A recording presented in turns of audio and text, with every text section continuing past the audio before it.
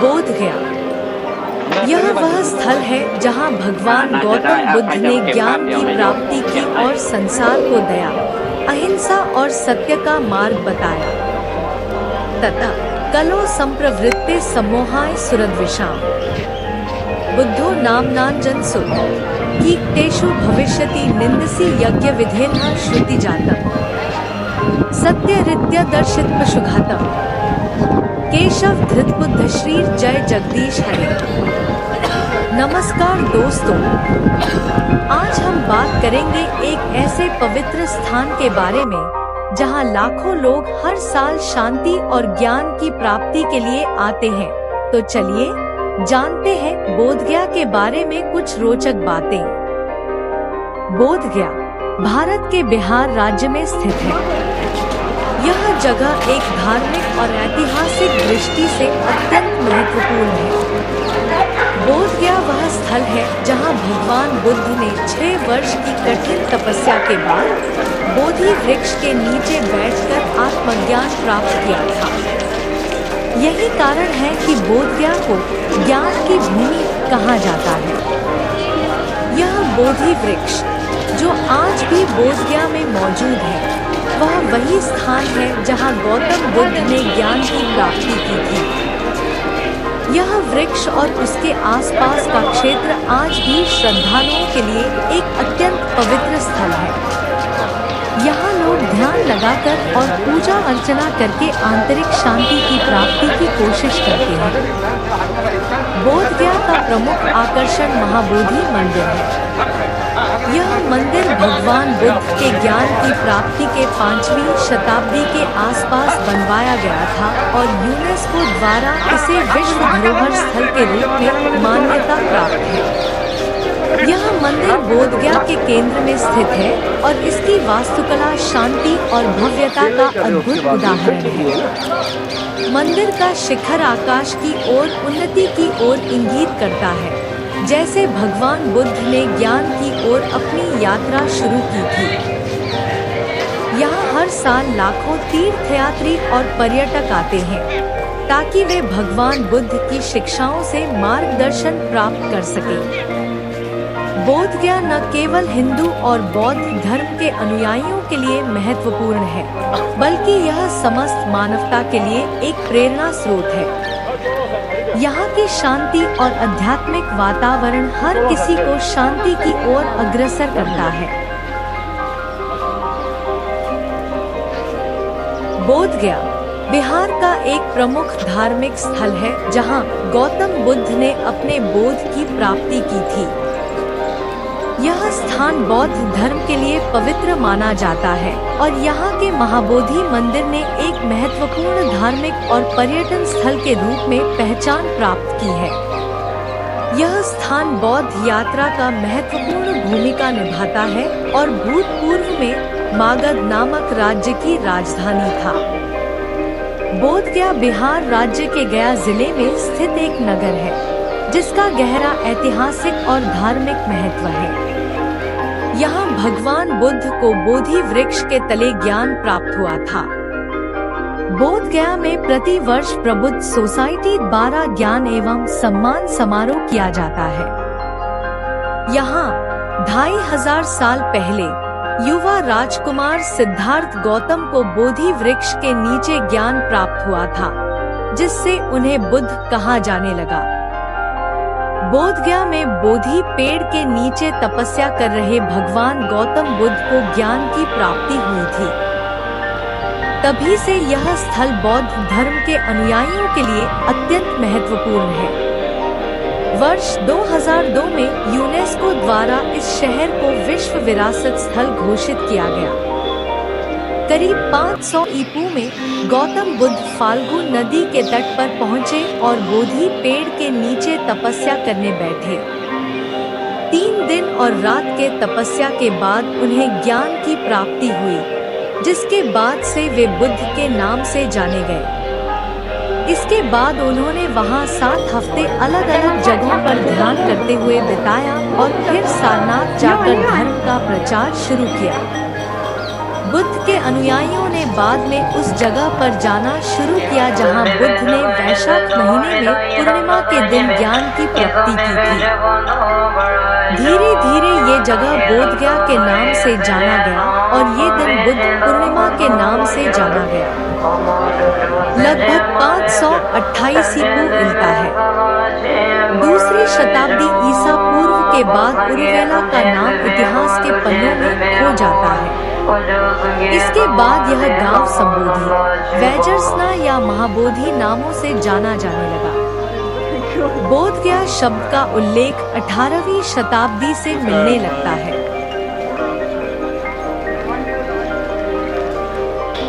इल्ता है। दूसरी शताब्दी ईसा पूर्व के बाद उरुवेला का नाम इतिहास के पन्नों में खो जाता है।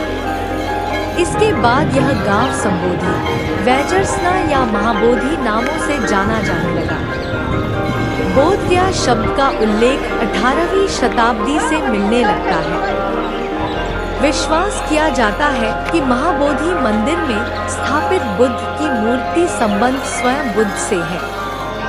कहा जाता है कि जब इस मंदिर का निर्माण किया जा रहा था तो इसमें बुद्ध की एक मूर्ति स्थापित करने का भी निर्णय लिया गया था, लेकिन लंबे समय तक किसी ऐसे शिल्पकार को खोजा नहीं जा सका जो बुद्ध की आकर्षक मूर्ति बना सके।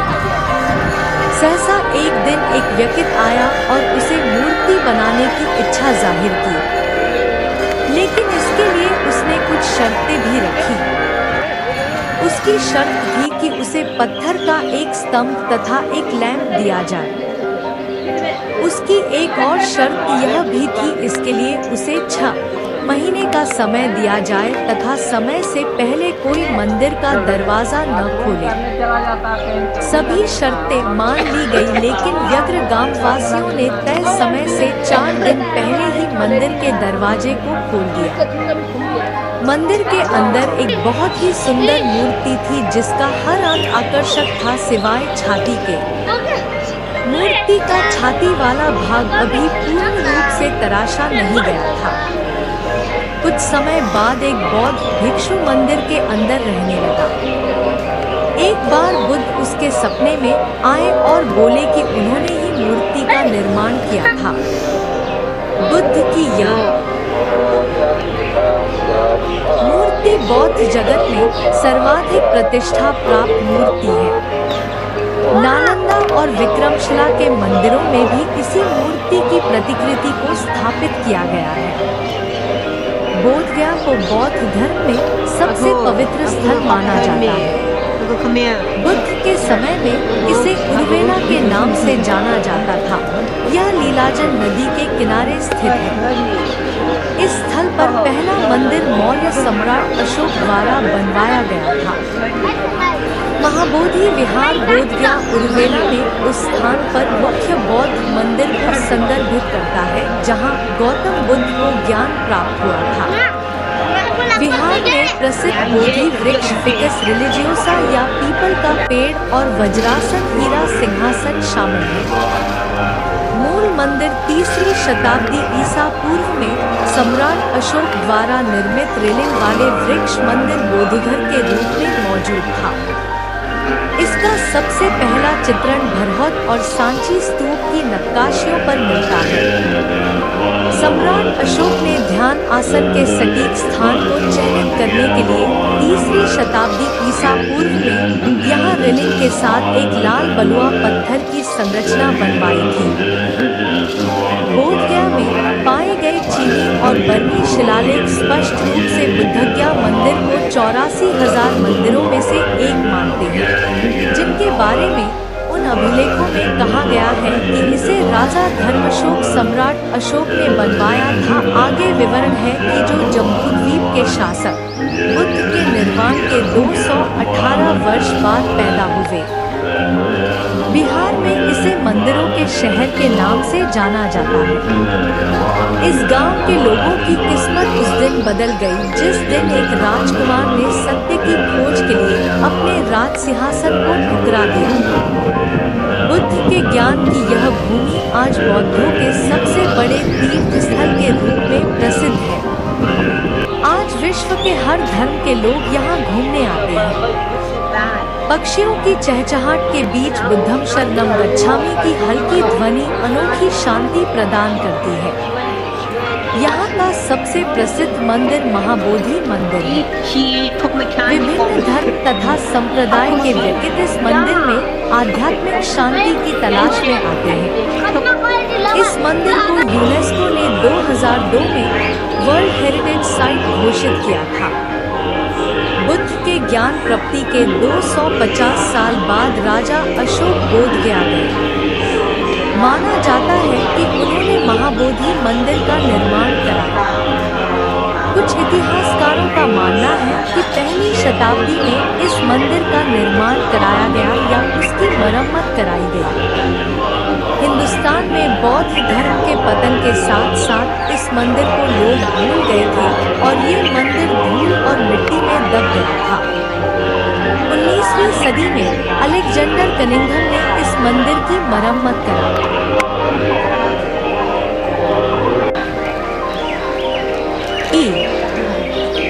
1883 में उन्होंने इस जगह की खुदाई की और काफी मरम्मत के बाद बोध गया को अपने पुराने शानदार अवस्था में लाया गया। बोध गया घूमने के लिए 2 दिन का समय पर्याप्त है। अगर आप एक रात वहां रुकते हैं तो 1 दिन का समय भी पर्याप्त है। बोध गया के पास ही एक शहर है गया। यहाँ भी कुछ पवित्र मंदिर हैं जिसे जरूर देखना चाहिए। इन दोनों गया को देखने के लिए कम से कम एक दिन का समय देना चाहिए। एक अतिरिक्त 1 दिन नालंदा और राजगीर को देखने के लिए रखना चाहिए। बोध गया घूमने का सबसे बढ़िया समय बुद्ध जयंती अप्रैल से मई है, जिसे राजकुमार सिद्धार्थ के जन्म दिवस के रूप में मनाया जाता है। इस समय यहाँ होटलों में कमरा मिलना काफी मुश्किल होता है। इस दौरान महाबोधि मंदिर को हजारों कैंडलों की सहायता से सजाया जाता है। यह दृश्य देखना अपने आप में अनोखा अनुभव होता है। इस दृश्य की यादें आपके जहन में हमेशा बसी रहती है। बोध गया में ही मगध विश्वविद्यालय का कैंपस है। इसके नजदीक एक सैनिक छावनी है तथा करीब 7 किलोमीटर दूर अंतर्राष्ट्रीय एयरपोर्ट है, जहां से थाईलैंड, श्रीलंका, बर्मा इत्यादि के लिए नियमित साप्ताहिक उड़ानें उपलब्ध हैं। यह मंदिर मुख्य मंदिर के नाम से भी जाना जाता है। इस मंदिर की बनावट सम्राट अशोक द्वारा स्थापित स्तूप के समान है। इस मंदिर में बुद्ध की एक बहुत बड़ी मूर्ति स्थापित है। यह मूर्ति पद्मासन की मुद्रा में है। यहाँ यह अनुश्रुति प्रचलित है कि यह मूर्ति उसी जगह स्थापित है जहाँ बुद्ध को ज्ञान प्राप्त हुआ था। मंदिर के चारों ओर पत्थर की नक्काशीदार रेलिंग बनी हुई है।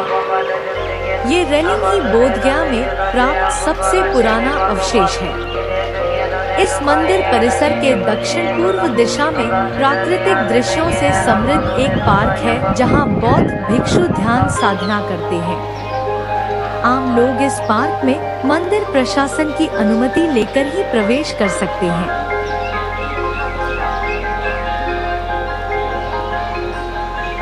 इस मंदिर परिसर में उन 7 स्थानों को भी चिन्हित किया गया है जहां बुद्ध ने ज्ञान प्राप्त के बाद 7 सप्ताह व्यतीत किया था।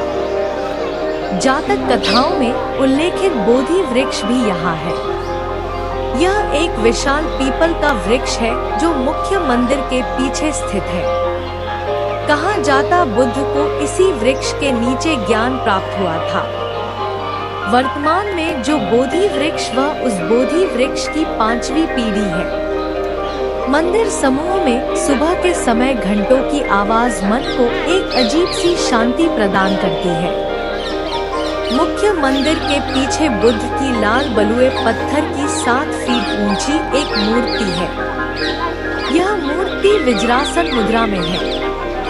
इस मूर्ति के चारों ओर विभिन्न रंगों के पताके लगे हुए हैं, जो इस मूर्ति को एक विशिष्ट आकर्षण प्रदान करते हैं। कहा जाता है कि 3री शताब्दी ईसा पूर्व में इसी स्थान पर सम्राट अशोक ने हीरो से बना राज सिंहासन लगवाया था और इसे पृथ्वी का नाभि केंद्र कहा था।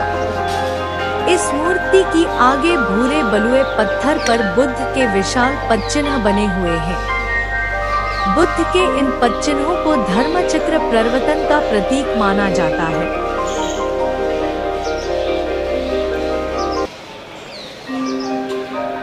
बुद्ध ने ज्ञान प्राप्ति के बाद दूसरा सप्ताह इसी बोधि वृक्ष के आगे खड़ा अवस्था में बिताया था।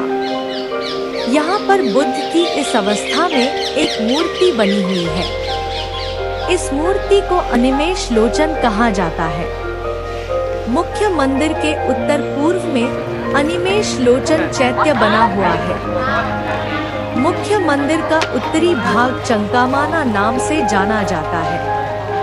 इसी स्थान पर बुद्ध ने ज्ञान प्राप्त के बाद तीसरा सप्ताह व्यतीत किया था। अब यहाँ पर काले पत्थर का कमल का फूल बना हुआ है जो बुद्ध का प्रतीक माना जाता है।